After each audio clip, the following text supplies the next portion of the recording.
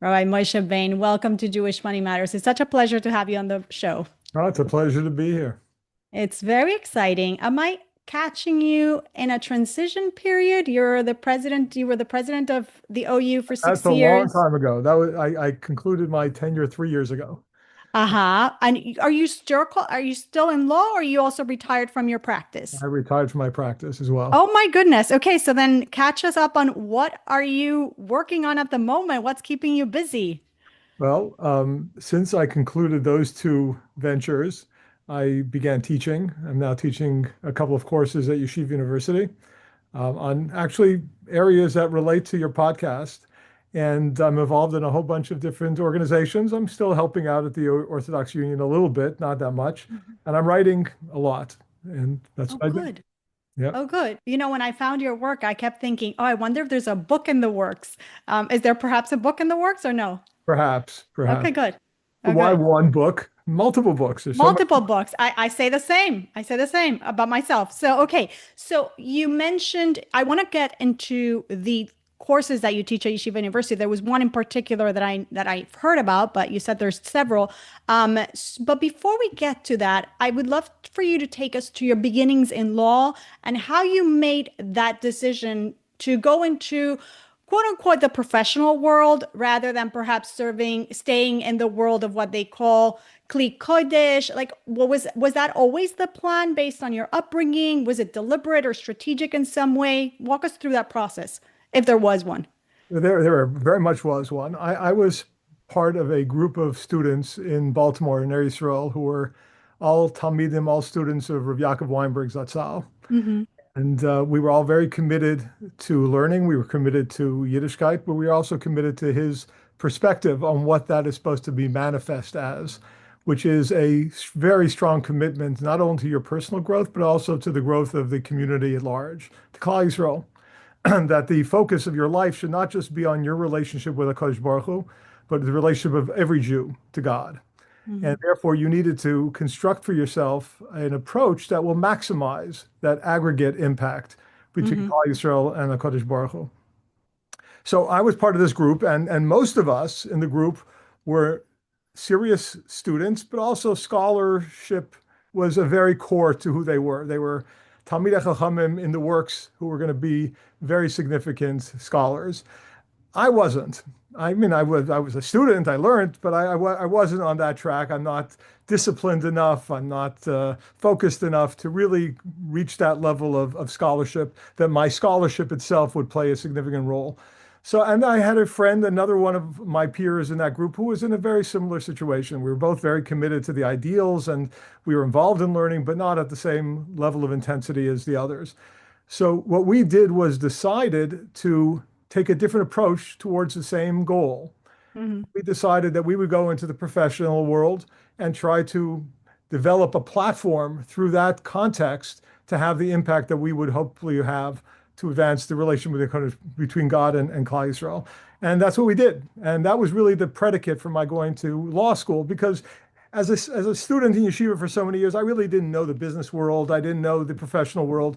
Law seemed to be the most natural conduit from a yeshiva student world to the commercial outside world. So we figured, okay, well, I'll go to law school for 3 years, then I'll work as a lawyer for 2 or 3 years, and then I'll go into business and be able to create a platform for community involvement. Mm-hmm. And that was my original plan. And it's interesting. And you went into corporate law, which was a highly lucrative position in and of itself within the field of law, I'm saying. Well, my area of expertise was corporate restructuring. Mm-hmm. So at that time, back in the mid 80s, was a burgeoning field that was just starting. The concept of Chapter 11 was just recently introduced in the early 80s, 1979 to 1981 period. So it was a field that all the big firms were starting to develop departments. And I was really entering at a relatively ground floor level Mm-hmm. in that whole industry. And it turned out to be an incredible godsend, direction for me to take. But that wasn't my plan. My plan was to be a lawyer for 2, 3 years, and then I would go into business and make tons of money and be able to use my finances to change the world. But I discovered as time went on as a lawyer, two things. Number one is I discovered that I didn't need as much money as I thought I needed to have an impact on Klal Yisrael. I thought when I was a youngster, the only people who make a difference outside of rabbis are people who are incredibly wealthy. And I Mhm. discovered that's not necessarily the case. And I'll explain what I mean in a couple of minutes. But I also discovered that as I learned more about myself, and I discovered that when you're young, you really don't know who you are very well because no one teaches you to focus on learning who you are very well. And one of the things I discovered about myself that I did not anticipate was that I had a much lower risk tolerance than I thought I had. And once I was married and I had a couple of children and I had a mortgage and I was making a decent living as a lawyer, I found myself very reluctant to take the risks that would necessarily need to be assumed if I wanted to go into a more commercially oriented environment with greater upside. So I Mm. forfeited that upside and stayed with the professional approach. You know, it's interesting because I was gonna tell you that you actually seem like a young man who knew a lot about themselves and was able to make a very conscious decision. Many of us at that early stages, we just kind of go with the flow, like it's not so deliberate. But you had a deliberate plan, and you were very self-aware, which is more common in these days than I think. At least when I was younger, I don't think we had the self-awareness of what are my strengths, what's my risk tolerance, and you did have that. You learned very quickly about yourself, which is it's something worth noticing in and of itself. Now, I do hear often, you mentioned the word marriage, and I hear often from young men who come to my husband for advice and so on and so forth. And tell me if you've experienced this recently. We've been hearing more about young men who want to who's they're pushing off marriage until they make it, until they have their big IPO in their company, or their big, private equity firm is going to purchase it, or they make their big bonus in their whatever it is. Like, they're financially focused, and when they make it financially, whatever making it means, that's when they're going to think about marriage. And it's kind of sad to see because it should be the reverse, right? It's like, get married and God will give you everything that you need to support that family. You're kind of looking at it backwards. What's your take on this? And have you noticed this happening? I actually have not. I mean, perhaps it's true in That's other. good. I haven't noticed that. What I hear you describing, however, is not a flaw in the strategic approach, but a flaw in what the objective is. Mm, And if the objective of life is to focus on your religious growth, then how could you possibly plan on advancing that without being married? Being married is such a fundamental dimension of your spiritual development and your religious growth. So I don't think it should be very much a matter of strategic priority. Do I need to create financial security before marriage or marriage before financial? It has to be, well, what are the steps that are most valuable and mm. important to be able to develop my neshama, my soul, my religious growth? And to say I'm going to defer one of the most important components until later on when other pieces that are more pragmatic are in place, you're missing the point of what the objective was to begin with. Why are you bothering to aspire to make money if it's not for that same purpose? Right. If it's to make money for luxuries and indulgences, okay, then you have a problem in your objectives, not in your strategy. Right, right, right. Yeah, I agree with you. And I like that you use the word objective. It's almost also we are falling prey. We're starting to define success, I guess, in the way the secular world defines success, and we're forgetting what success means in the Torah's view of success, right? And so if success means equals financial accomplishment, okay, that's one definition of success. But if success means what can you accomplish in this world based on what your neshama, your soul came here to achieve, what are you doing for God in this world, then that's a whole different definition of success, which includes Torah learning, which includes community work, which includes marriage and family primarily, right? Absolutely. I agree. Yeah. So since we touched on your early decision, let's talk about one of your classes at Yeshiva University that I think is fascinating and touches in decision making. This class, Designing Your Jewish Life, is that the course? That's the title of the course, yes. So tell us about this course. I'm fascinated by it. Did you design the curriculum? What inspired you to design this and teach this? Or tell us the history behind this course and what it's all about. Yeah, the course was actually initially designed by a very, very impressive individual in Israel. His name is Ari Wasserman, who is Hmm. also a lawyer by training and also shifted from law to business. And ultimately, he's now living in Israel and learning and doing other Torah-oriented activities after his successes. And his brother, Noam Wasserman, was the dean of the Sim School of Business at Yeshiva University. And the two of them decided that this kind of course would be very valuable for the future businessmen that Yeshiva University was producing through their business school. And he taught the course for a couple of years. And then he decided he wanted to move on to other projects and invited me to adopt the course and take it over, which I had just finished my legal profession. I had just finished my OU tenure, and I was looking to ensure that I would stay in touch with the community. I mean, for me, one of the primary motivations of agreeing to do this was I was worried that I would lose touch with what young people are thinking. And I figured, okay, I can teach a course to 22-year-olds, and I'll have 30, 60 students I'll be dealing with on an ongoing basis. I'll be able to elicit from them what's on their minds, and I will share ideas, and that way stay in the groove. Because a lot of what I do generally is give advice. And if you don't know what's going on in the community, your advice becomes stale. Hmm. So that was my motivation. I took over the course, and about, I would say, 50% of the current curriculum I'm teaching are Rabbi Wasserman's material, and about 50% are things that I thought needed to be introduced based on my personal productivities and experiences. And now the course is being taught. I teach, when I said a couple of courses, I'm teaching this course twice a week because I originally taught it to 50 students. And I found that 50 students in a classroom was far too many to have substantive conversations. So I told them, well, I only want to teach it to 30 students. That would be a manageable group. But so many students wanted to take the course that I agreed, okay, I'll teach it twice. And now I'm Hmm. teaching it twice during the semester, once in the afternoon and once at night the same day. And the students are really enjoying it. I'm enjoying it more than they are, as usually is the case. So what's in the course, Designing Your Jewish Life? So what I did was I created, based on Rabbi Wasserman's original group of topics, 9 topics.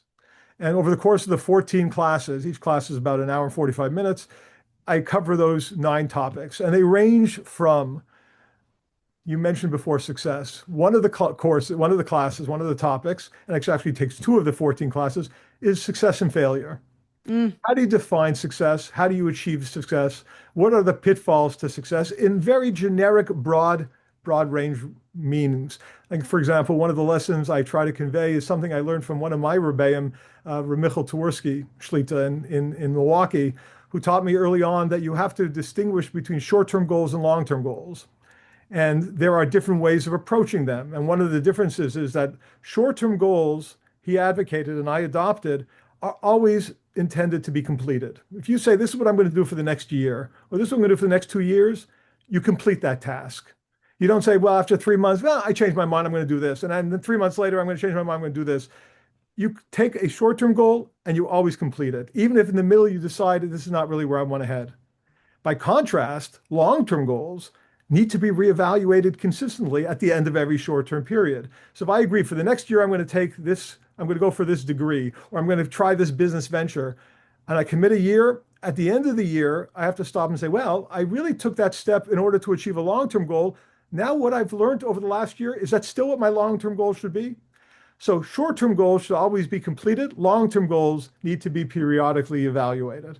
Mm. And those are the kinds of things that we talk about in the discussion of success and failure. Another class is about how do you choose what occupation to go into?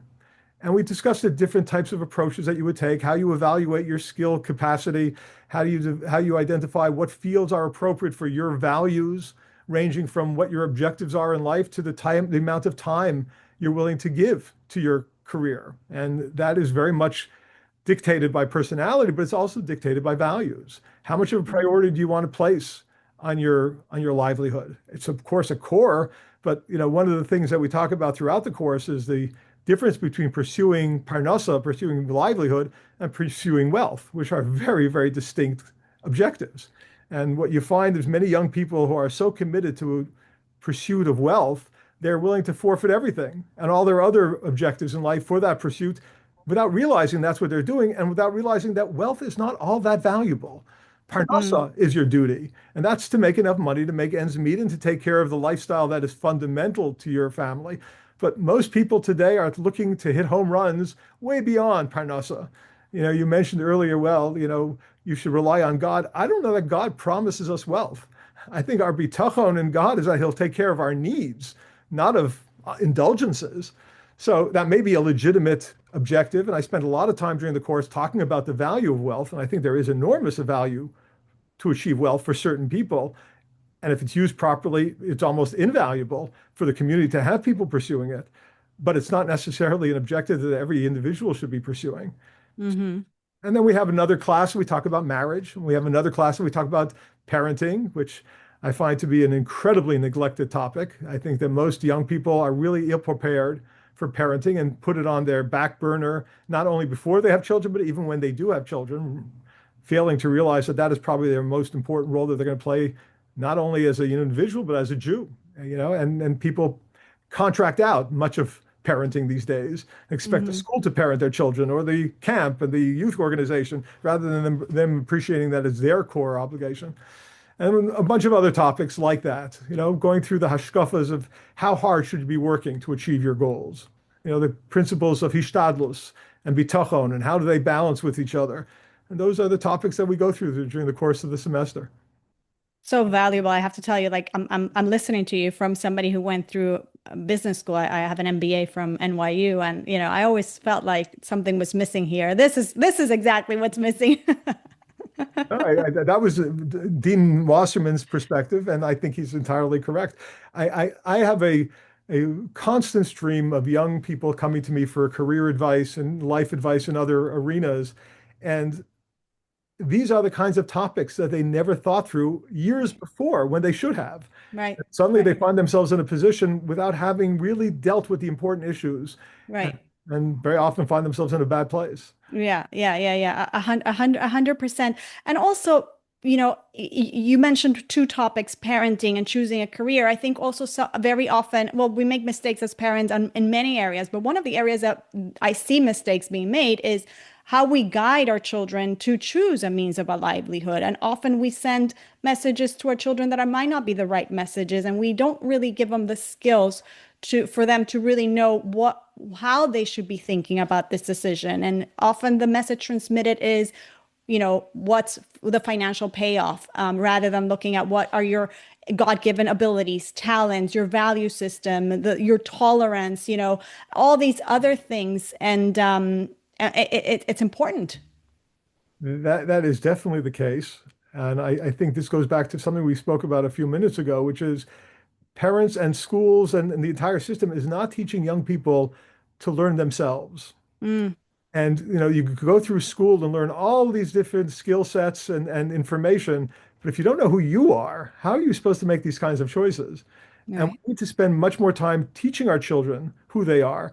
What I find parents doing much more than that is teaching their children what the parent is and what the parent wants, and guiding the children not to maximize their capacity and not to realize what their potential and what their interests are, but to realize the parents' ambitions and the parents' objectives. How often do you meet people who encourage their children to go into fields because I wanted to be a doctor and I couldn't afford to go to medical school, so you need to go to medical school. That's exactly the opposite of what a parent should be doing. And it's Right. very dangerous and causes enormous alienation between parents and children. Yeah, even from that seemingly innocent question of what do you want to be, what do you want to be when you grow up, right? There's something I feel fundamentally wrong from a Jewish perspective with that question. Well, I think the way you phrase it may be the right way. I think what people ask is, what do you want to do? What jobs you want to have? Right, Rather than what kind of person do you want to be? right, right. Or what kind of problem you want to solve in the world, right? Yeah, right, right. It's focused on the job rather than what you're here to contribute. Now, let's talk about all of this alludes to young kids learning how to make these very important life decisions. Um, let's talk about financial decisions because a big part of adulting is making financial decisions. It's something we're going to have to be doing throughout our entire adult life.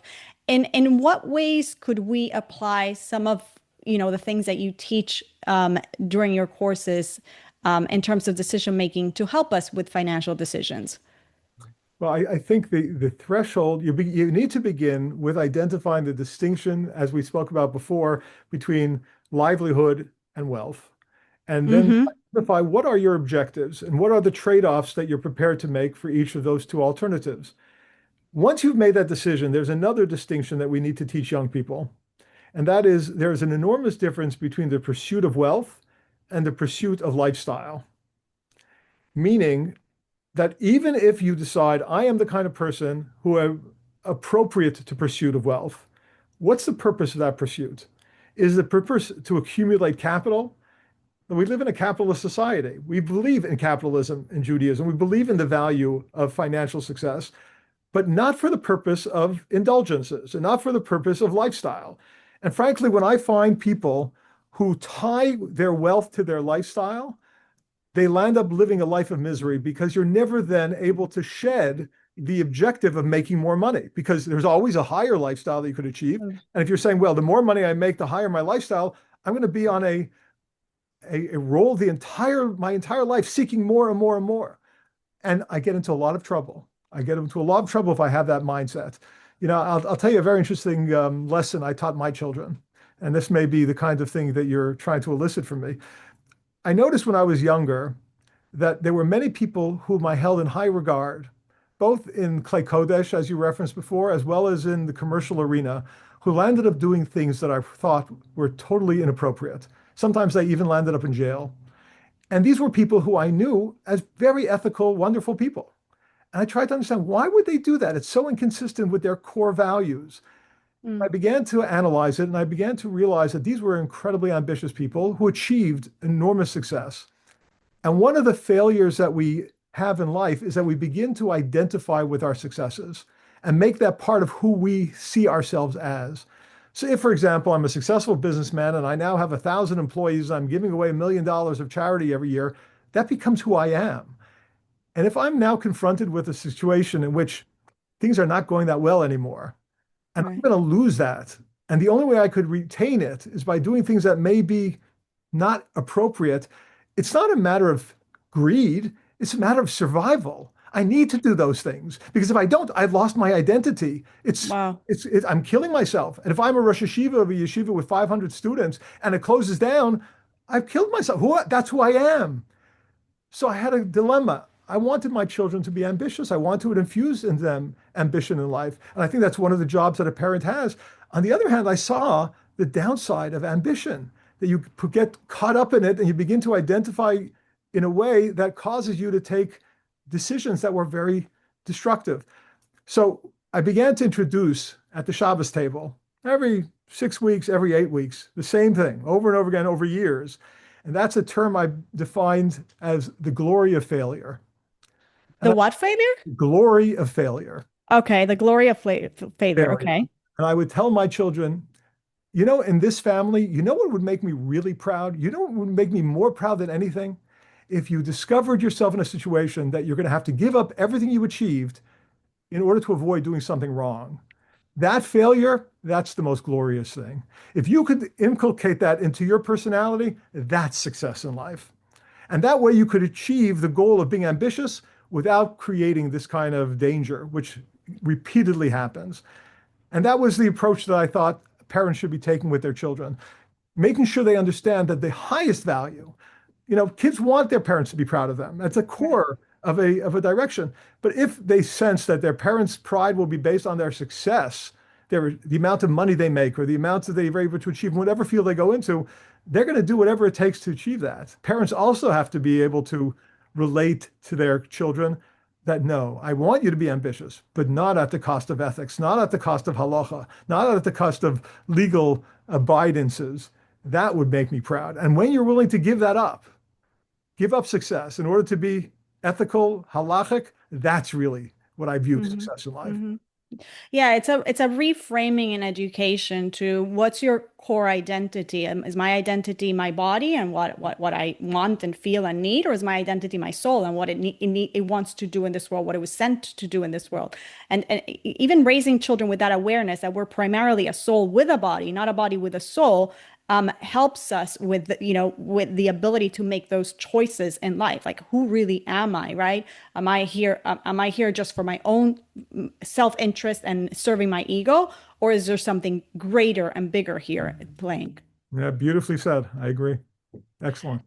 So, in the Jewish world, many will say something that is actually very prevalent in the secular world, and that is, in this day and age, we need two household incomes. And the argument seemingly becomes stronger for us Jews when we factor in the fact that we have more kids, higher cost of living, tuition, kosher food, all these things, right? The numbers in terms of income and expenses would support this theory, right? Yet, to what extent are we trapping ourselves in a quote unquote solution? This, we need two incomes, a two income household, that number one limits our vision in terms of or the scope of our reality to that of the natural order, so to speak, right? And two, can be detrimental to the most important thing and the epicenter of Jewish life, the Jewish home, Shalom Bayit, raising children, family,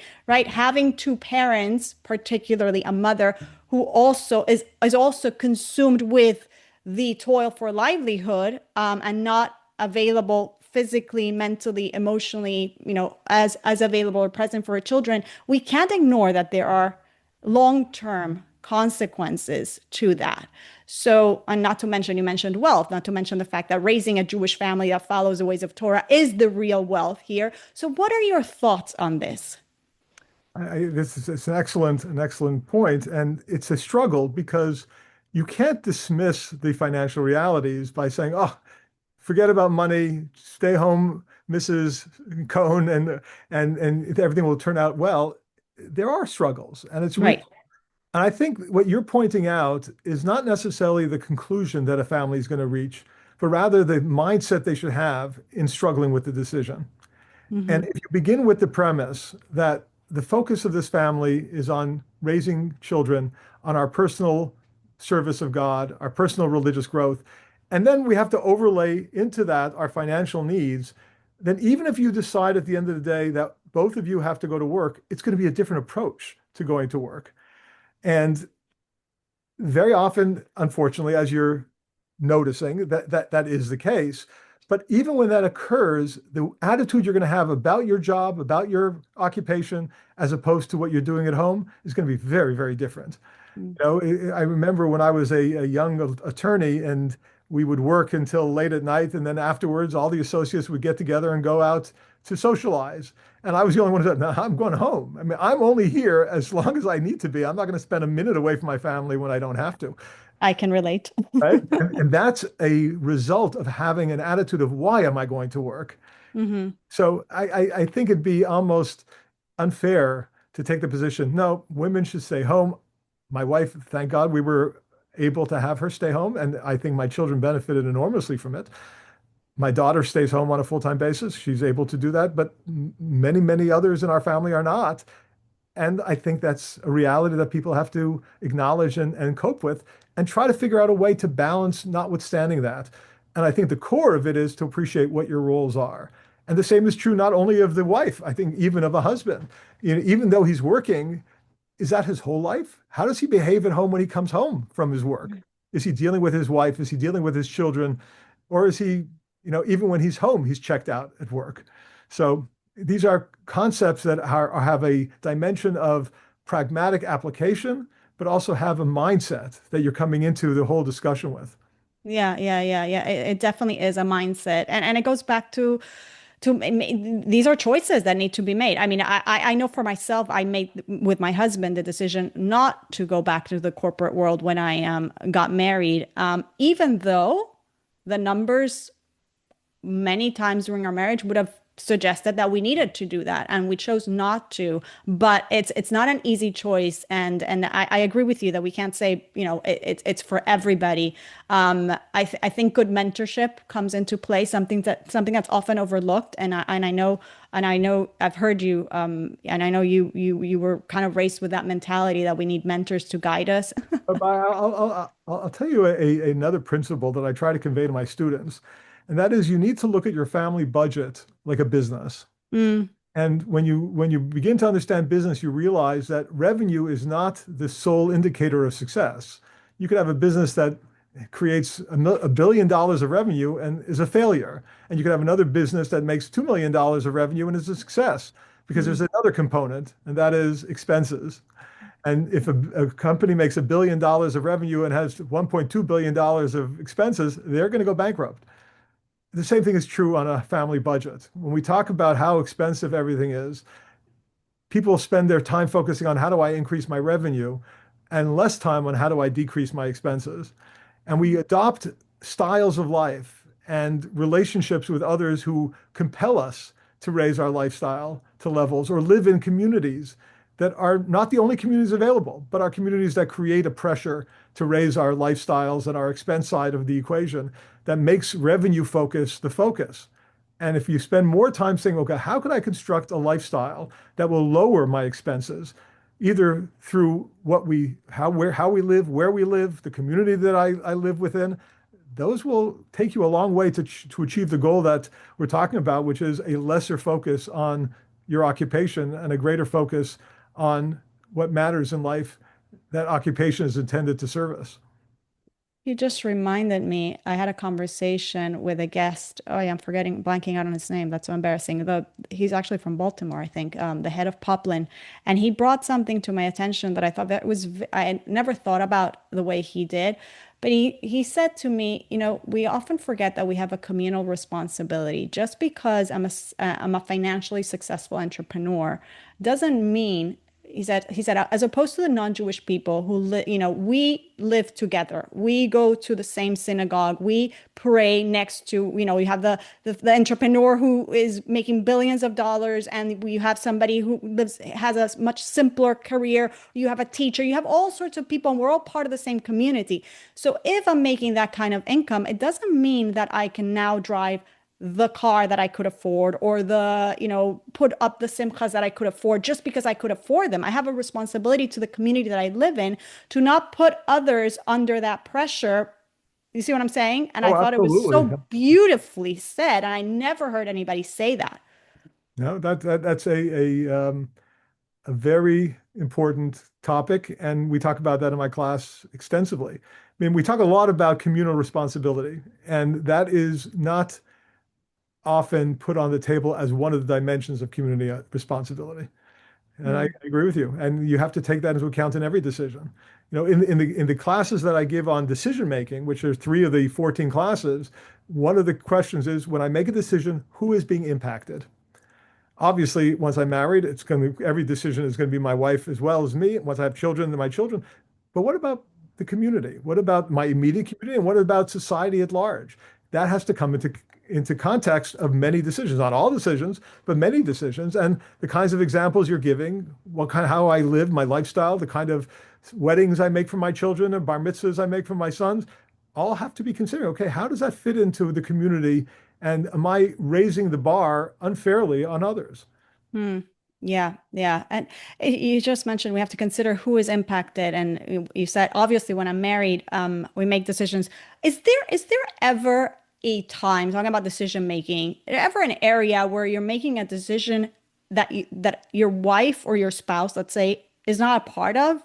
I mean, I can't think that would be healthy, but from your estimation. Oh, obviously, there are gradations of significance in decision making. Whether I'm going to have chocolate ice cream or vanilla ice Right. cream, not right. But any decision that will have an impact on the family dynamic, it's a very interesting thing in halacha, in Jewish law.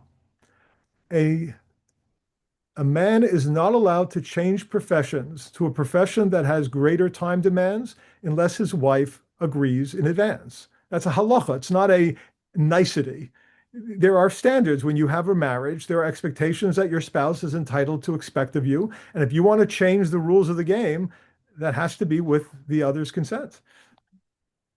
Wow, it's so important that it's so important that this is being talked about and here, but more so that that young people have a person like you to guide them through this process in these classes. Now, I want to go back now that we're in the topic of marriage, and I'm going to ask this question just because we have a lot of married women in the audience, and we have a lot of this question comes up a lot. People write it in a lot, and I want your take on it.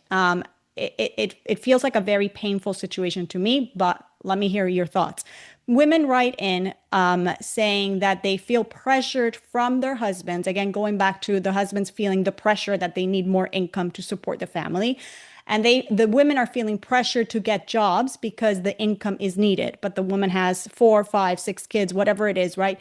What are your thoughts on this? Is it right for a husband to demand of a wife to go get a job, or is this purely the influence of the secular mindset, the secular culture, a lack of bitachon, a lack of knowing the responsibilities delineated by the ketubah and your marriage contract? Like, what is going on here? Because I feel like it's a bit of a conundrum that women are facing, and I personally don't know what the answer is. I think it's very personal, but what are your thoughts on this?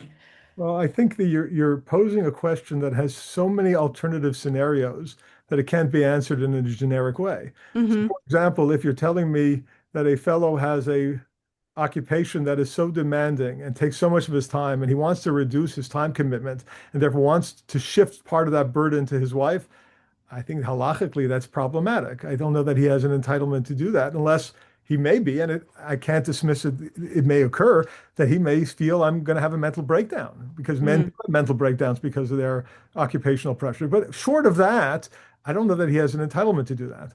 By contrast, if the fellow is in charge of the finances and his wife is not, and she's not trained to and doesn't have familiarity, and she has a lifestyle that she's implementing in her family, and he's not producing the income to sustain it, and he says to her, listen, what do you want? You want to move into an apartment and sell our house, or do you want to go to work?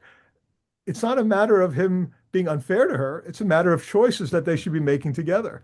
I Mm-hmm. remember when I was very young, we had 2 children, and I used to work very long hours, and I would come home late at night. I came home one night about 10 or 11 o'clock at night, and my wife was home with 2 young children, and both under the age of 3, and says to me, David, who lives down the street, he's home every day at 5 o'clock to give the babies baths. Just saying.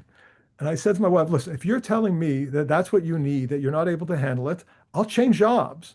But that will mean we won't be able to buy a house. We won't be able to do the following things that we were planning on doing in life. It's your choice. If you can't handle it, I'll change jobs. Mm. But if you want to live the way we're planning on living, then I have to work this way. And her answer was, you know what, go back to work. I mean, so it was her choice. It was a choice we were going to make together. And certainly I was trained by my parents and my rebellion that I would have to take her needs into account as the threshold, but there are consequences to that. So Mm-hmm. I can't tell women, tell your husbands no, but I want to still live the way I want to live. Are you willing to reduce your lifestyle to accommodate being home? That's a decision you have to make. It doesn't go, unilaterally. Yeah, yeah, yeah. No, I'm glad. I love the way you answer that because it actually goes to a very important point, which is communication around these areas. Sometimes we're a little bit squeamish to talk about the financial realities, the financial situation, to talk about the money, and we have to get used to, and probably as parents, we should do better in modeling for our children what it's like to have healthy conversations around money so that they are able to do it as they get married and enter adulthood. But the point being is in a couple, these conversations need to happen and they should happen pretty regularly. Yeah, I agree. I have encountered many families who are in tremendous financial distress, and a significant cause was that the wife did not appreciate the difficulty the husband was having in his business Right. and kept on a lifestyle that was not sustainable.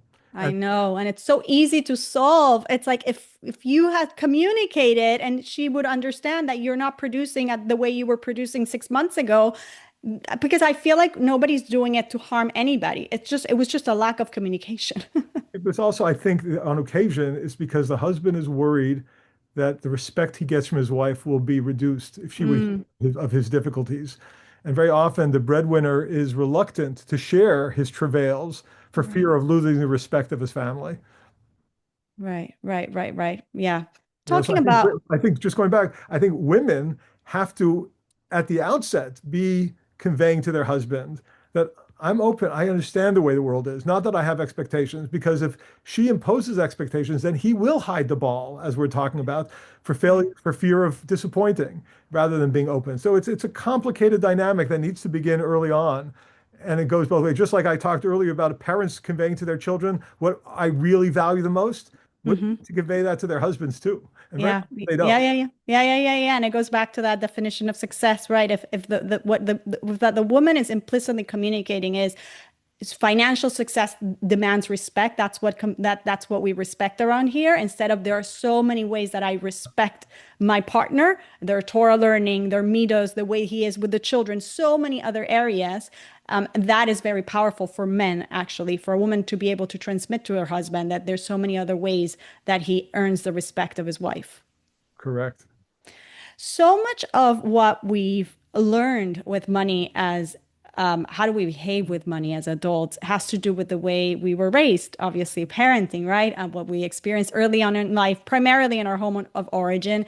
I'm curious, Rabbi, what was your upbringing like when it came to money, to making a livelihood? What are some of the lessons that you learned growing up from your parents that you saw in adulthood? They either served you and you kept those lessons, you applied them, or perhaps the opposite, and you said you decided to unlearn them and do better. Okay. I'll share on both accounts. Number one is one of the things that we were taught in our family was the importance of hard work, Mm, and diligence and ambition, and being able to continue to push even when things are difficult.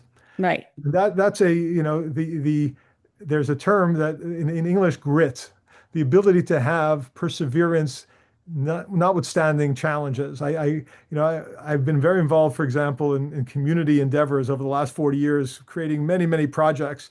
And if people would ask me what the core of my success is, I'll tell them I fail really well. Right? Hmm. And I would surmise that somewhere between two-thirds and three-quarters of the projects I start fail.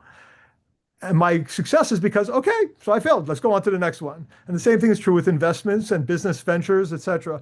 To be able to persevere, notwithstanding failure, that is a critical dimension of what I gained as a child. But there were other things that I didn't assume that my parents taught us. For example, my parents believed that it was important to introduce their children to a higher lifestyle, so they'll work hard to achieve that higher lifestyle.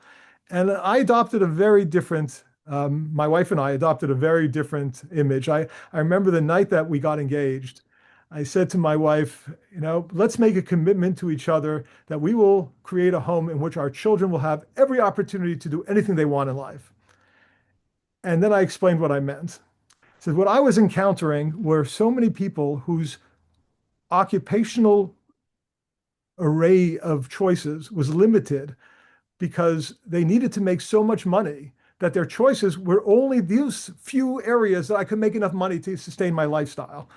And they were giving up enormous opportunities that they should be pursuing, whether it be Hmm. Klei Kodesh, whether it be in the arts, whether it be in other areas that are not focused on income.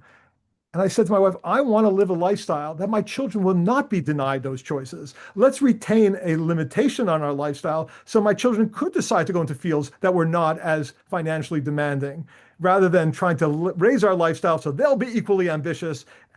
Frankly, I don't find throughout the community that people with money are any happier than people who don't have money. So why? What are you doing that for?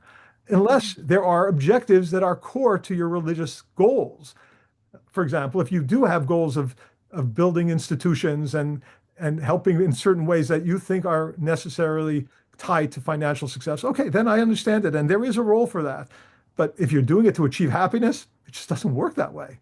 Hmm. Connection. Hmm. Happiness is something you choose to be, not something that you achieve through your financial goals.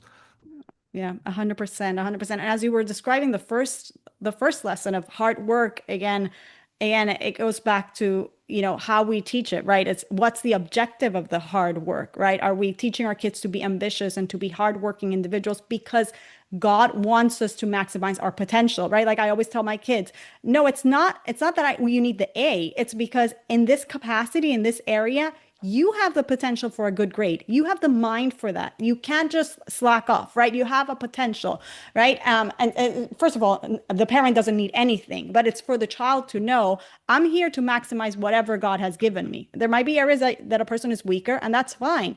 But if you have a talent and a potential for something, you have to maximize it. You have to work hard at it, right? You can't just like leave it to waste.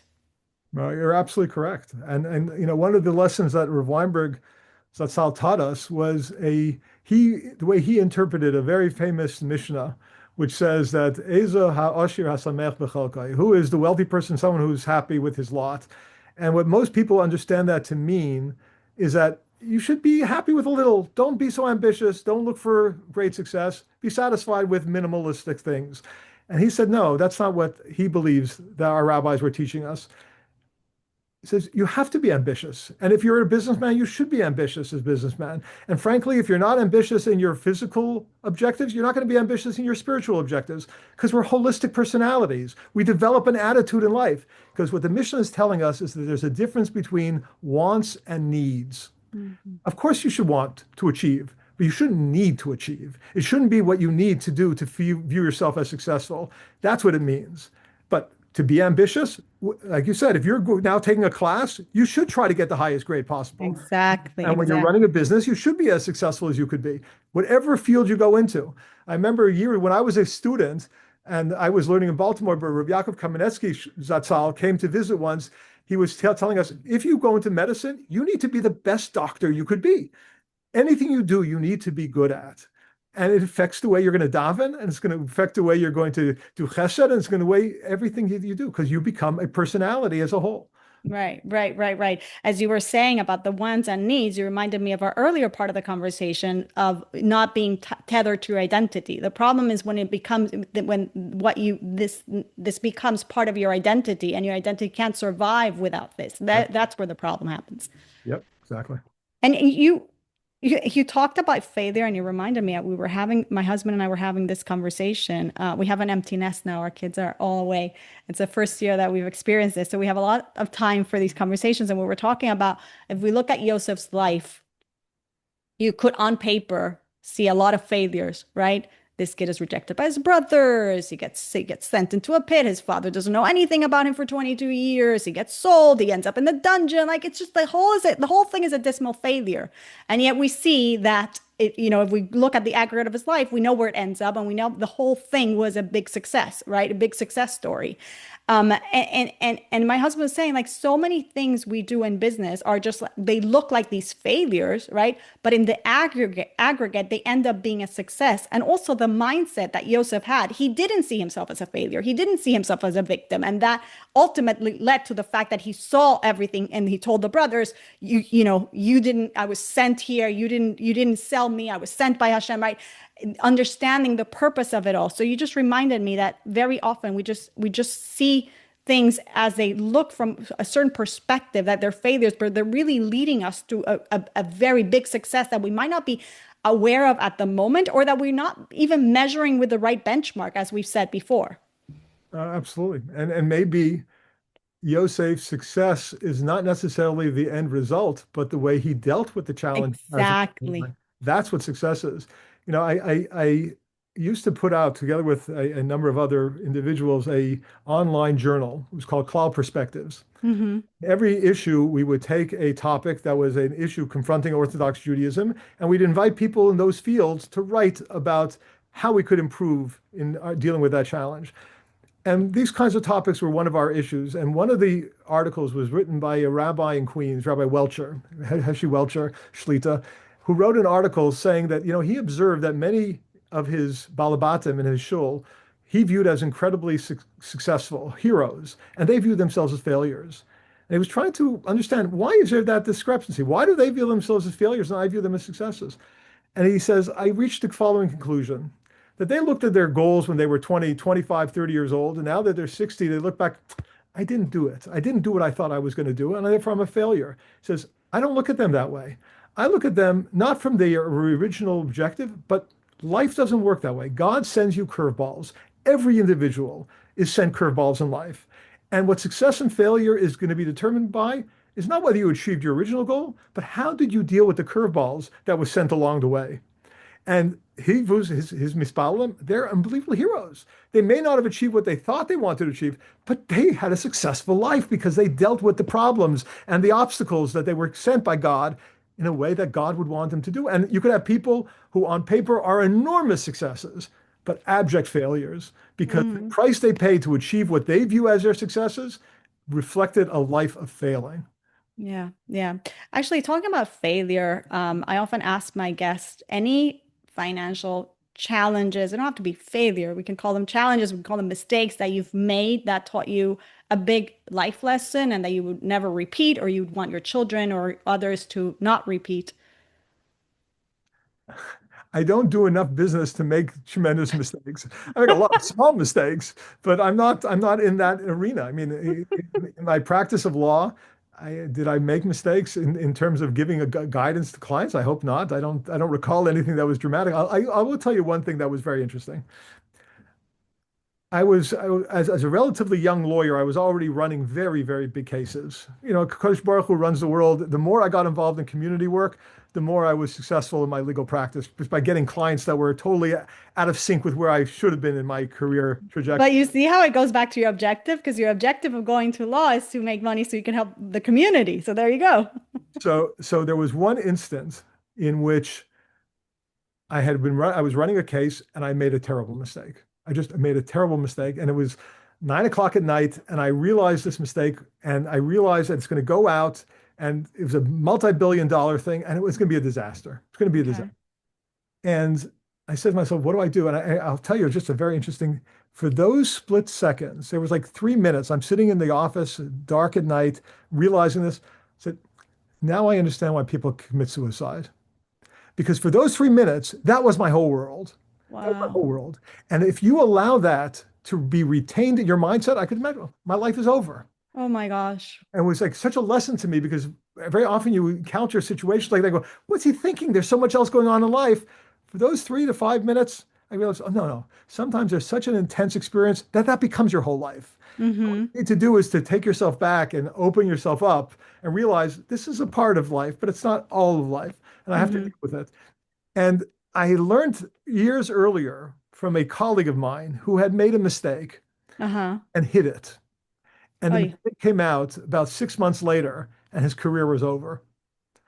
And I adopted the position that whenever I make a mistake, the first thing I'm going to do is go and tell the people to whom I'm reporting that I made this mistake, even if it means I'm going to disastrous results, because as is often the case, the cover up is worse than the crime.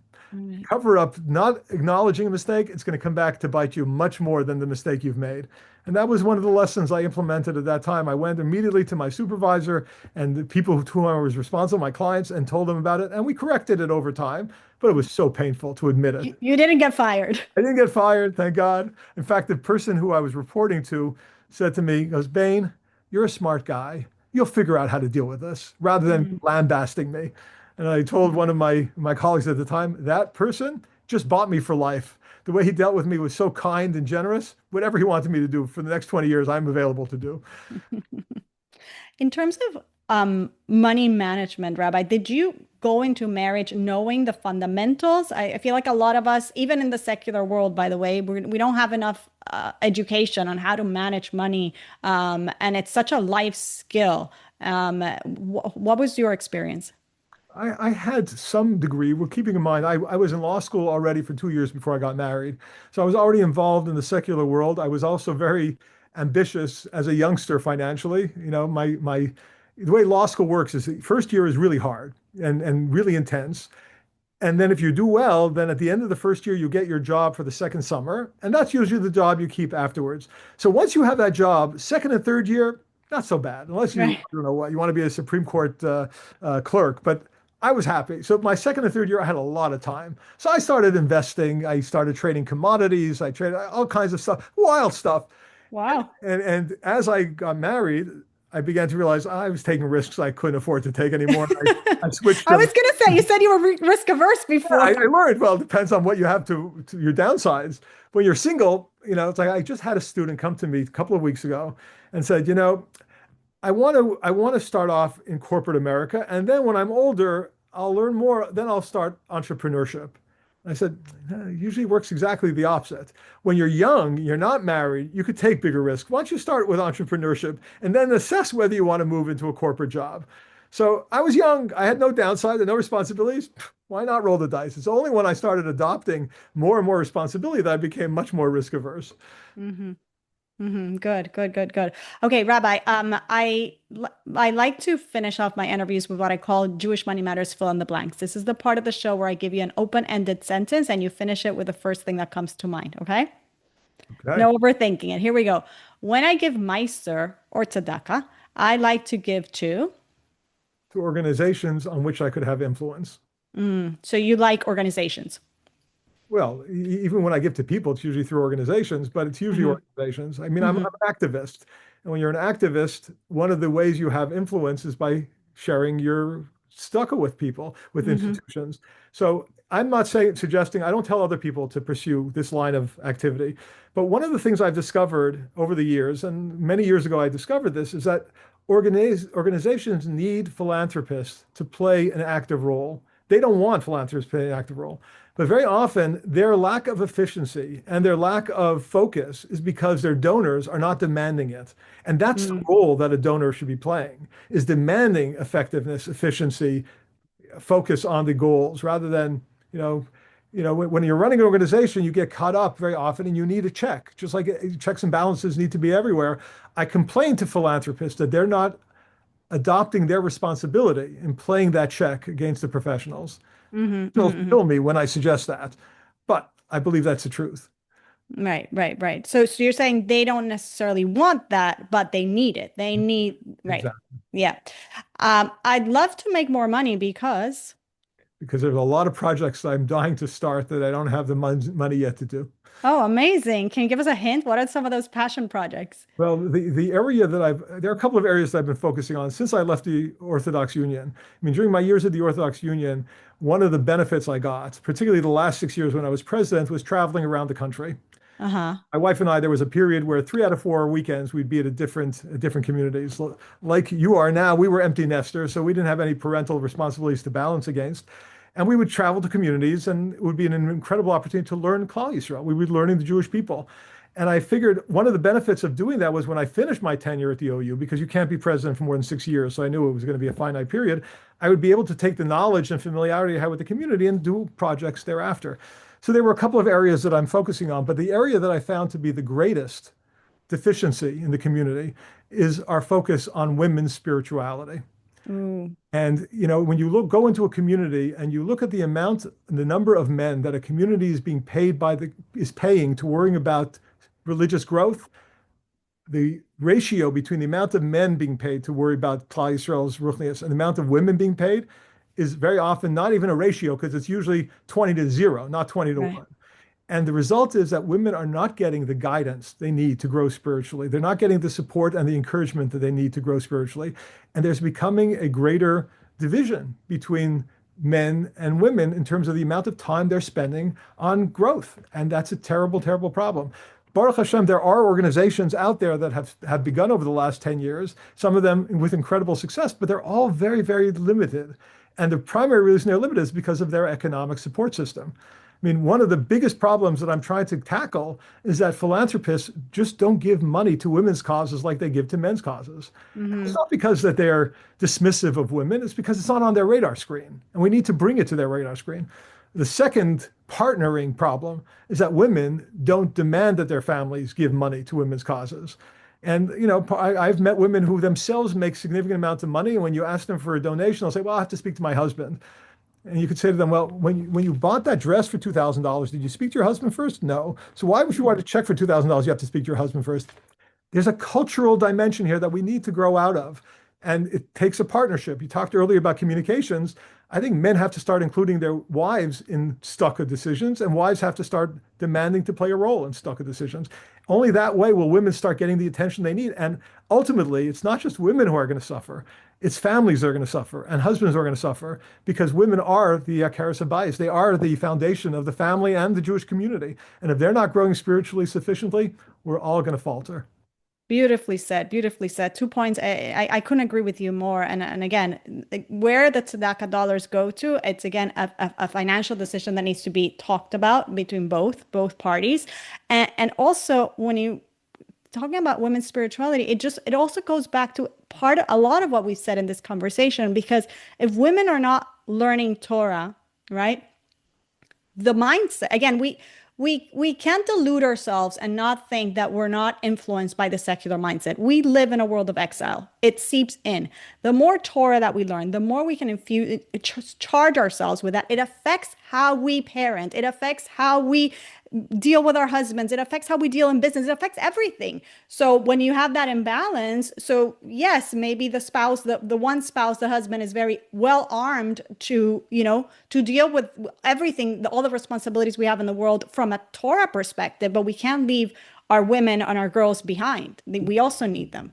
Well, absolutely. There's an article that I read when I was very young that I have not been able to find again. That was written by Rav Kook, who was the chief rabbi of Palestine before the state was created. And I read this article and I was amazed by it. It had a tremendous impact on me. And it is exactly what you're saying. He asks the following question. He says, why is it that if you study world history, both within the Jewish community, but throughout the world, throughout history, in every country in the world, you'll find a direct inverse ratio between education, sophistication, and religious observance. In every community throughout history, the more educated they are, the more sophisticated they are, the less religious they are. Isn't that a proof that religion is for peasants, is for primitive people? Because you see when people become sophisticated, they're less religious. Mm-hmm. I'll explain to you why. It says because every society, in every era of history, in every country in the world, gives their children a third grade religious education. So if you give your children a third grade religious education and a third grade secular education, they find meaning in religion throughout their life. But if you give your child a third grade religious education and then they go to high school and then to college and then to graduate school and they're left with this third grade understanding of religion, they abandon it. He says, and that's why in Judaism we believe that Torah study has to be a lifelong endeavor, not a children's endeavor. And when we teach our children, we're not teaching them the information, we're teaching them a platform for them to continue to learn throughout their lives, to make sure that their religious meaning and their understanding of Judaism is on par with their sophistication. Yeah. And today, particularly today, when women are now going to high school and going to college and many going to graduate school, if they're not raising their understanding of their religion at the same par as their sophistication in other arenas, of course, religion is going to become less meaningful to them.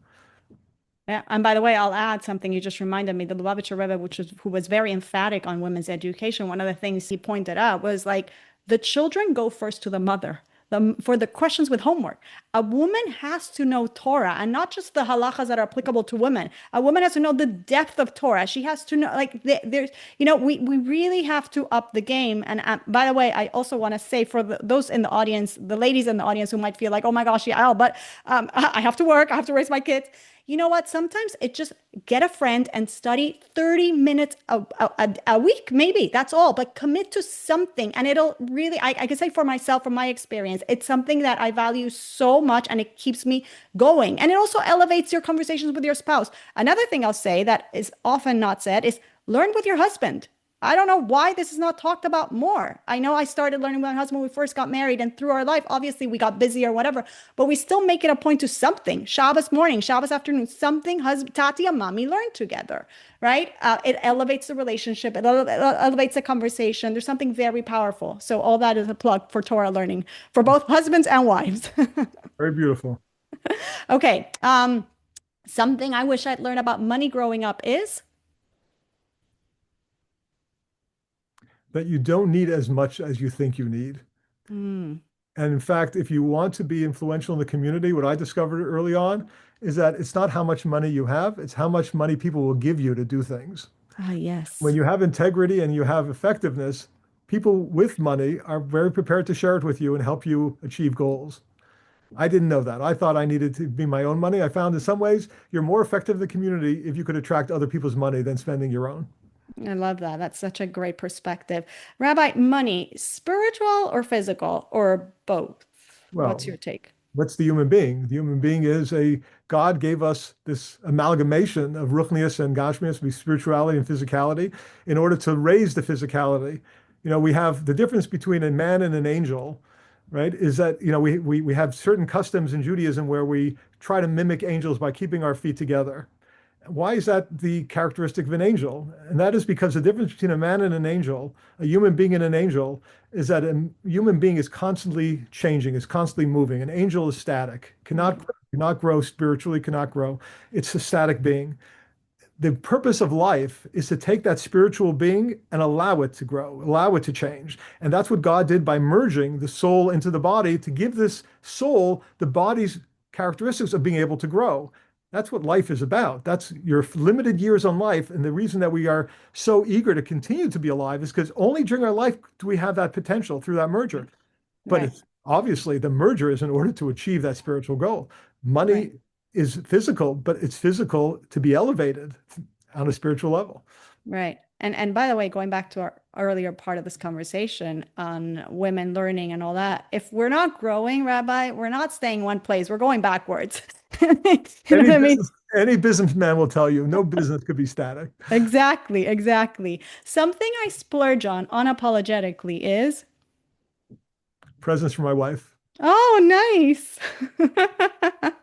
Very nice. Rabbi, spender or saver? I have a feeling I know the answer. I'm a saver, but I'm a And your saver. wife is also a saver? Sometimes there's like a mismatch. No, no, we're very much aligned. Oh, very nice, Now, very nice. what that has done is allowed us to do things that we otherwise wouldn't have. When I was in my mid 70s, late 70s, I was able to essentially give up my career to be able to do community work full time because we had spent the prior 30 years saving. Wow. Wow. Powerful lesson right there. Today, I'm most grateful for. My family, my Nice. greatest treasure I have, Yeah, it's the biggest wealth, right? And I believe Jewish money matters because because God demands of us to focus on money because it's an opportunity for growth, and therefore it matters. beautiful, beautifully said. Rabbi Bane, thank you so much for this insightful conversation. Where can people reach you if they want to learn more about your work or be in touch? I'm at moishebane@gmail.com. Thank you very much, Rabbi. And we look forward to what's coming. And if their book's going to be published, please let me know. You'll come back on the show to talk about your book, please. Thank you for everything you're doing for the community. Thank you. Your podcast is invaluable for many people. Thank you. Thank you so much. Continued atzlacha in your work. And thank you for all these invaluable lessons.